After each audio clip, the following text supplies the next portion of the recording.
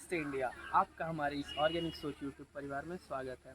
आज हम इस वीडियो के माध्यम से फूल गोभी की फसल के करने के तरीके के बारे में जानेंगे। सबसे पहले तो आप सभी जानते हैं कि फूल गोभी का जो फसल है यह ठंडियों के मौसम की फसल है। सर्दी के मौसम में काफ़ी किया जाता है, लेकिन आज इस टाइम में इतनी वेराइटीज़ आ चुकी हैं कि हम इस फसल को चाहे जब भी कर सकते हैं।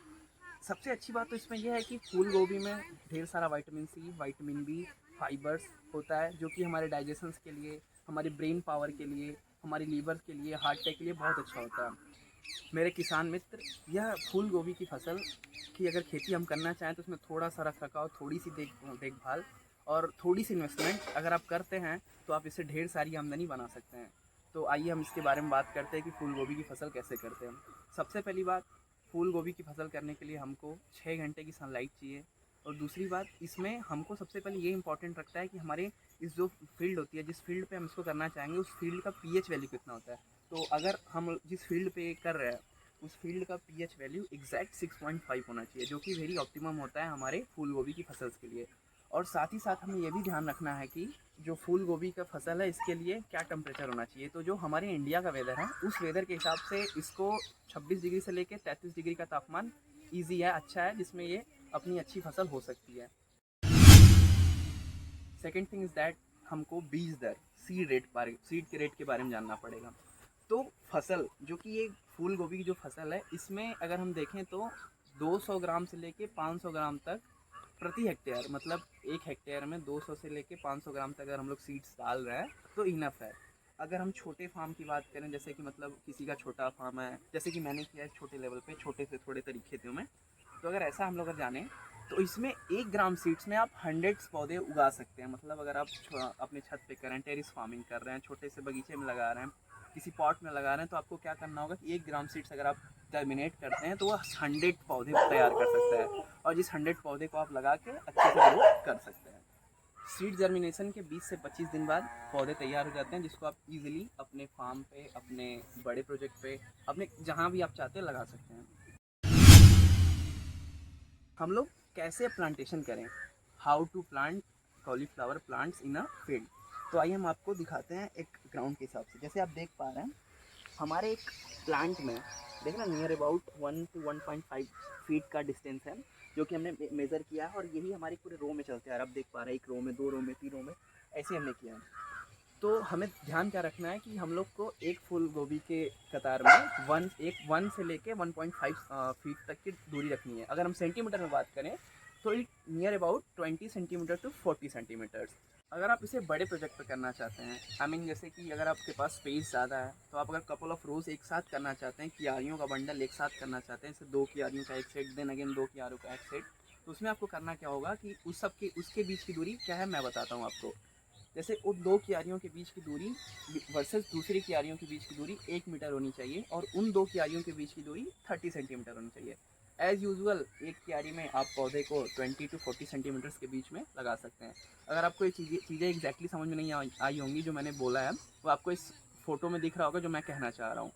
दूसरी बात ये कि आपको पौधे लगाने के बाद, जैसे आपका पौधा ग्रो होना स्टार्ट हुआ, तो ग्रो होने के बाद आपको इसमें मिट्टी लगानी होगी। जैसे मैं आपको सपोज एक एग्जांपल करके दिखाता हूँ। जैसे मेरा पौधा ग्रो हो गया, ग्रो होने के बाद मुझे साइड में ऐसे मिट्टी लगानी होगी। इसका भी फोटो आप इधर वीडियो में देख पा रहे होंगे, जैसे जो मैं कहना चाह रहा हूँ। Water management, water management scenarios में क्या होता है कि आपको जैसे जैसे आपने सीडलिंग कर ली, प्लांटिंग कर लिया पौधों का, तो आपको near about 7 to 5 days per day watering करनी है। क्यों? क्योंकि उसकी रूट जो है ना डेवलप नहीं होती है। तो आपको 7 से 10 दिन तक डेली सुबह शाम पानी देना है। आफ्टर दैट छोड़ देना है और देखना है कि मतलब ऑप्टिमम उसमें नमी है कि नहीं है। देन आफ्टर आपको उसमें पानी डालना है, क्योंकि पानी एक्सेस डालेंगे आप तो पानी डालने से क्या होता है कि जो पेड़ है वो झुक जाएगा, गिर जाएगा, ताकि आपकी फ्लावरिंग अच्छी नहीं होगी और आप कल्टीवेशन अच्छे से नहीं कर पाएंगे। ऑर्गेनिक फर्टिलाइज़र्स, जैसा कि आप जानते हैं कि हम लोग एक मिशन पे हैं, हम लोग कोई भी चीज़ आर्टिफिशियल केमिकल नहीं यूज़ करेंगे। तो हम जैसे कि आप जानते हैं कि आपको जैसे अपनी बॉडी ग्रो करने के लिए टाइम टू टाइम चेक करना होता है कि हमारी बॉडी में क्या कमी है क्या नहीं है, तो हम उसको मल्टीविटामिन लेके, क्रिएटिन्स लेके उसको सही करते हैं। दैट्स लाइक दैट हम अपने फूल गोभी के पौधों को भी टाइम टू टाइम चेक करने के बाद देखेंगे कि इनमें क्या ज़रूरत है।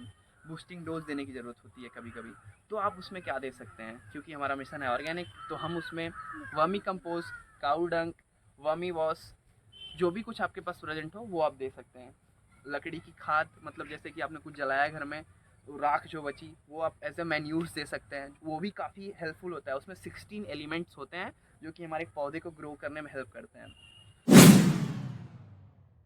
डिजीज़ मैनेजमेंट, जैसा कि आपको पता ही होगा कि मतलब कोई अगर काम हम अच्छा करें तो उसमें कुछ ना कुछ गलतियाँ होती रहती हैं। तो ठीक उसी प्रकार जब पेड़ ग्रो करना स्टार्ट कर देते हैं तो भाई रोग भी लगेगा। जैसे हम लोगों को रोग लगता है वैसे पत्तों को भी लगेगा, क्योंकि ये भी लिविंग थिंग्स होती हैं। तो इसमें एक पहला रोग आता है डायमंड ब्लैक स्मथ। इस डिजीज़ में क्या होता है कि हमें पत्तों पे देखते हैं आप लार्वास जो होते हैं इंसेक्ट, तो लार्वास करके एक बना देते हैं और उसको और पत्ते को धीरे धीरे कुतर देते हैं और एक सेफ वी शेप दे देते हैं। तो क्योंकि ये हानिकारक होता है, क्योंकि जब आपका जो पत्ता है वही ग्रो नहीं करेगा तो आपकी प्रॉब्लम्स होगी। तो इसके लिए आपको क्या कर सकते हैं, आप नीम केक ऑयल 3 to 5 ml पर लीटर उसका घोल बना के स्प्रे कर सकते हैं पत्तों पे और इवन जड़ों पे। दूसरा डिजीज़ ये है इसमें कि कर्ड रॉट। कर्ड रॉट का मतलब ये होता है, अगर हिंदी में हम बात करें तो कर्ड रॉट एक ऐसी डिजीज़ है। इस डिजीज़ में क्या होता है कि जो फ्लावरिंग लगती है ना, जो वाइट पार्ट कर्ड जैसा जो दिखता है, दूध दही जैसा, उसमें क्या होता है फंगस जैसा कुछ लग जाता है। जैसे लगता है कि मतलब फफूंदी लग गई है, जगह जगह पे ब्लैक स्पॉट आ जाता है। तो उसके क्योर के लिए ट्राइकोडर्मा एक मिक्सचर आता है, उसको हम लोग 5 ml पर लीटर्स का अगर उस पर स्प्रेइंग करें उसके फूल पे जो लगा रहता है, फूल के अंदर फूल गोभी के अंदर जो मेन फूल होता है वाइट पार्ट पे, तो उससे भी हम बच सकते हैं। प्रोडक्शन के बारे में बात करते हैं, हार्वेस्टिंग। तो near about on an average, क्योंकि आपको पता ही होगा कि ये सबसे छोटी टाइम ड्यूरेशन की फसल होती है, 60 से 65 दिन में तैयार हो जाती है। इसमें होता क्या है, ये 200 से लेके 250 क्विंटल तक पर हेक्टेयर तक ये इसका प्रोडक्शन आता है।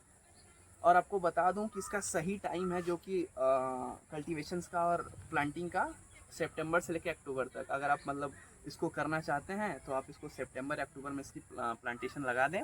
आप गेटिंग ओवर नवंबर टू दिसंबर आप इसके प्रोडक्शन और इसकी कल्टीवेशन करना स्टार्ट कर देंगे। इस वीडियो में इतना ही। अगर मैंने कुछ पॉइंट्स अगर ऐसी कोई मिस की हो इसके रिगार्डिंग तो आप मुझे कमेंट सेक्शन में बता सकते हैं। तब तक के लिए थिंक ऑर्गेनिक, बी ऑर्गेनिक, जय जवान जय किसान, धन्यवाद।